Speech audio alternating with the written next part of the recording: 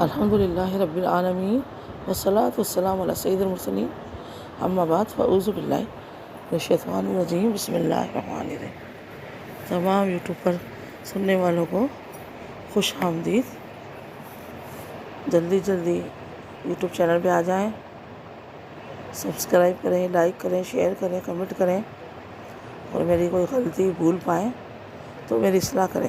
میں نے آپ کو بارہا بتایا ہے یوٹیوب پر سننے والوں کو، میں بھی انسان ہوں، بتقاضۂ بشریت کوئی غلطی بھول چک ہو سکتی ہے، تو کوئی شرعی غلطی ہو تو براہ کرم مجھے جلد سے جلد مطلع کریں۔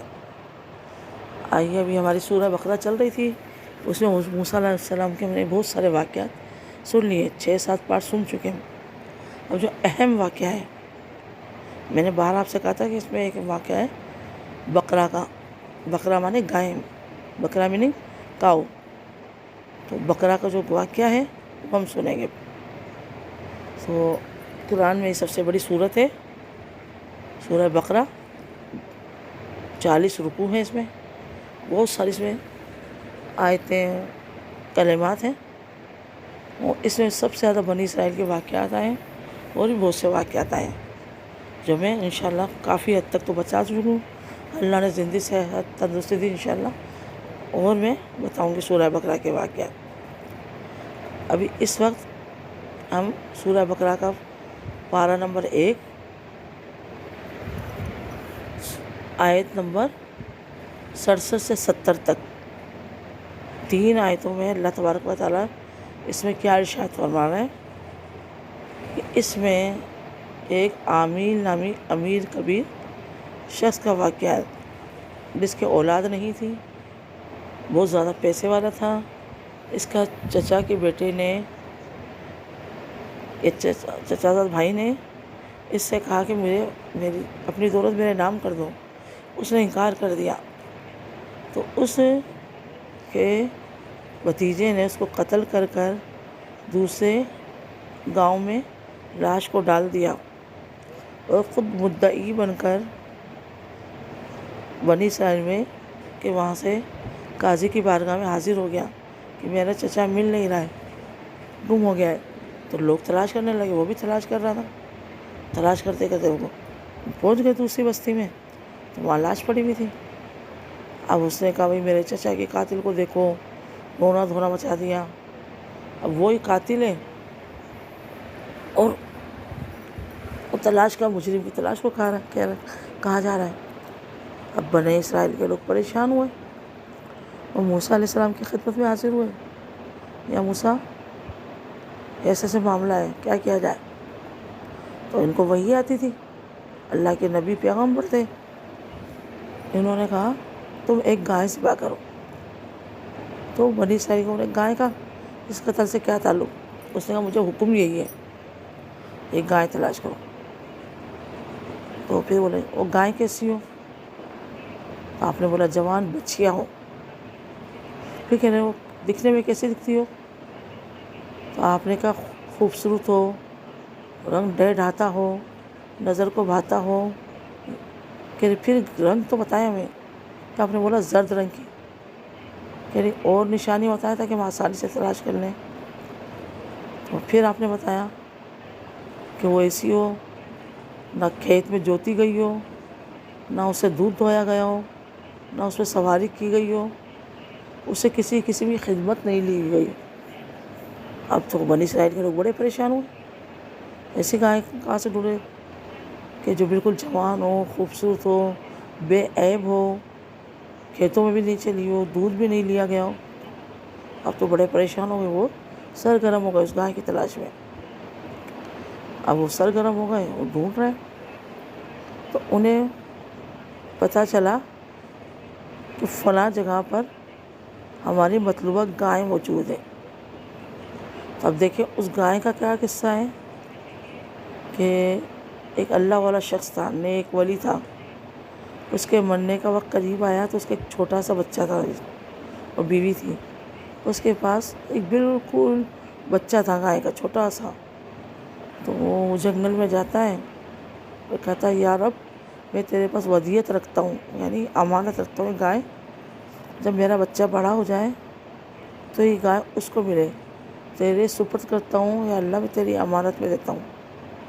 اور گھر پر آ کے اس نے بیوی کو سے کہا فلاں جنگل میں اللہ کی امانت میں نے اس بچے کے نام پر گائے چھوڑی ہے، جب بڑا ہو جائے گا تو اس کو ضرورت پڑے گی تو اس کو بولنا جا کر اس گائے کو بلائے میرا نام لے کر، تو انشاءاللہ اس کے بعد وہ گائے اس کو مل جائے گی۔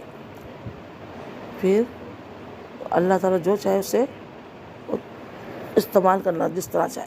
اس شخص کا تھوڑے دن میں انتقال ہو جاتا ہے، تو وہ بچہ جوان ہوتا ہے اس نیک عورت کا، نیک شخص کا، تو اس کی ماں کہتی بیٹا اب تو جوان ہو گیا ہے، اللہ نے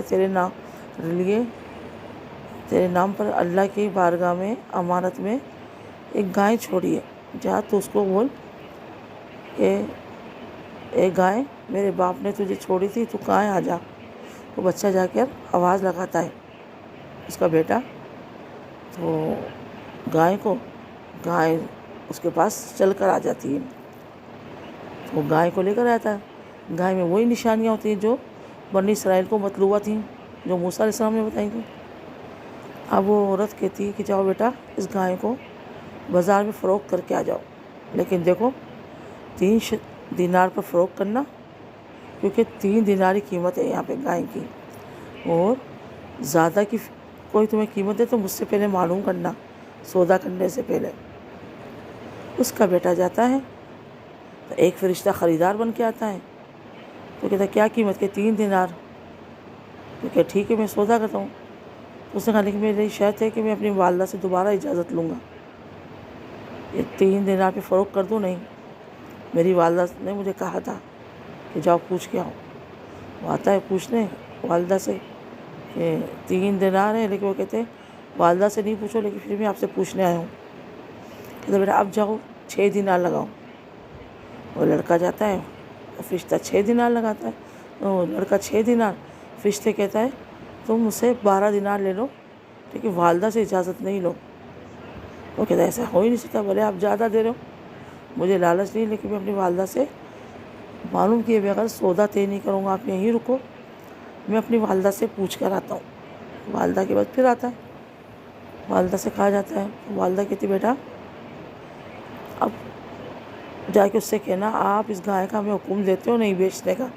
والدہ صاحب فراست تھی، عقل مند تھی، سمجھ گئی یہ عام شخص نہیں فرشتہ ہے جو ہمارا امتحان لینے آیا ہے۔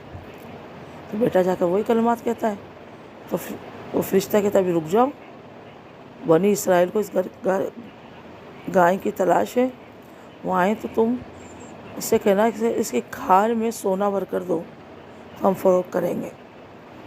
بیٹا آ کر بتا دیتا ہے والدہ کو، والدہ پھر انتظار کرتی ہے بنی اسرائیل کے لوگوں کا۔ تو چند دنوں بعد لوگ ڈھونڈتے ہوئے اتنے دنوں سے پریشان ہوتے ڈھونڈتے اس عورت کے گھر پہ آ جاتے ہیں، کہتے ہیں گائے میں فروخت کر دو۔ وہ عورت نہیں کہتی، وہ کافی رقم بتاتے نہیں، اس نے کہا میری شرط ہے اس کی کھال میں سونا بھر کر دیا جائے۔ اب کیا کریں، اتنے جد و جہد مشکلات کے بعد تو گائے ملی تھی، اور وہ جو مرا تو بہت امیر کبیر تاجر تھا۔ بعض جگہ عام بندے مر جاتے ہیں تو لوگ ان کی پوچھ تاچھ نہیں کرتے، کیس دب جاتا ہے، اور امیر کبیر ہوتے تو ان کا ہمارا ابھی بھی سوشل میڈیا پہ شور ہو جاتا ہے، اور جگہ جگہ اس کے مطلب وہ ہوتے ہیں مظاہرات، قاتل کا تلاش کرو، قاتل کی۔ وہ جو غریب لوگ ہوتے ہیں بیچارے، ان کا کوئی پرسان حال نہیں تو کوئی نہیں پوچھتا۔ اب بنی اسرائیل نے کیا کرا، اس کو ذبح کیا اور اس کی کھال میں سونا بھر کر اس عورت کو دیا۔ وہی ذبح کرنے کے بعد موسیٰ علیہ السلام کی بارگاہ میں حاضر ہو گئے، موسیٰ علیہ السلام بھی موجود تھے۔ بولا اب اس کا زبان کاٹو گائے کی، اور مقتول کے جسم پہ مارو۔ اب وہ کہتے ہیں مقتول کا اس سے کیا تعلق، کہ جو مجھے حکم ملا وہ کرو۔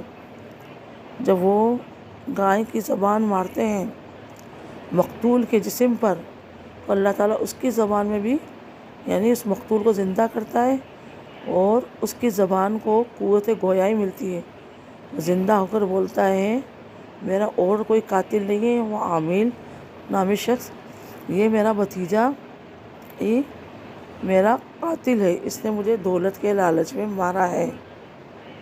تو جو ہے اس کو پکڑ لیا جاتا ہے، اس کی دولت سے اس کھال میں سونا بھر کر اس عورت کو دیا جاتا ہے۔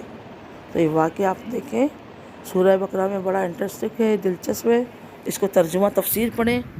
میں نے آیت نمبر بتائی 67، 67 تھا 17 تک یہ آیت ہے۔ 3 آیتوں میں آپ کو تفسیر ملے گی۔ تو روزانہ قرآن پڑھا کریں گے، ترجمہ تفسیر پڑھا کریں، اور میرے یوٹیوب پہ واقعہ سنا کریں گے تو آپ کو پتہ چلے اللہ تبارک و تعالیٰ کیا ارشاد فرما رہا ہے۔ ہمیں اس میں کیا سننے کو ملا کہ بنی اسرائیل ہمیشہ ہیلے بہانے کرتی آئی ہے، اور وہ بال کی کھال نکالتی آئی ہے۔ اگر وہ موسیٰ علیہ السلام نے کہا تھا گائے ذبح کر دیں، وہ کوئی سی بھی گائے ذبح کرتے ہیں، مسئلہ حل ہو جاتا، لیکن انہوں نے سوالات پہ سوالات، کیسی ہو، دکھتی کیسی ہو، نر ہو، مادہ ہو، کیا ہو، بس۔ تو پھر ان کو اتنی مشکلات پیش آ گئی کہ ایک عرصے تو گائیں ڈھونڈتے رہے، اور اس میں سونا دے کر ان کو جان چھڑانی پڑی یعنی۔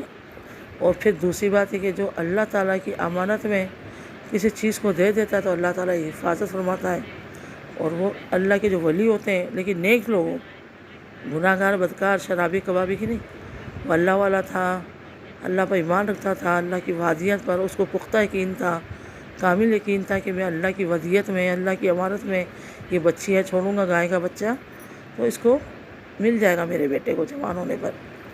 واقعی اللہ نے دیکھے اللہ پر اس نے گمان رکھا، اچھا اللہ نے اس کو دے دی، مدد فرما دی۔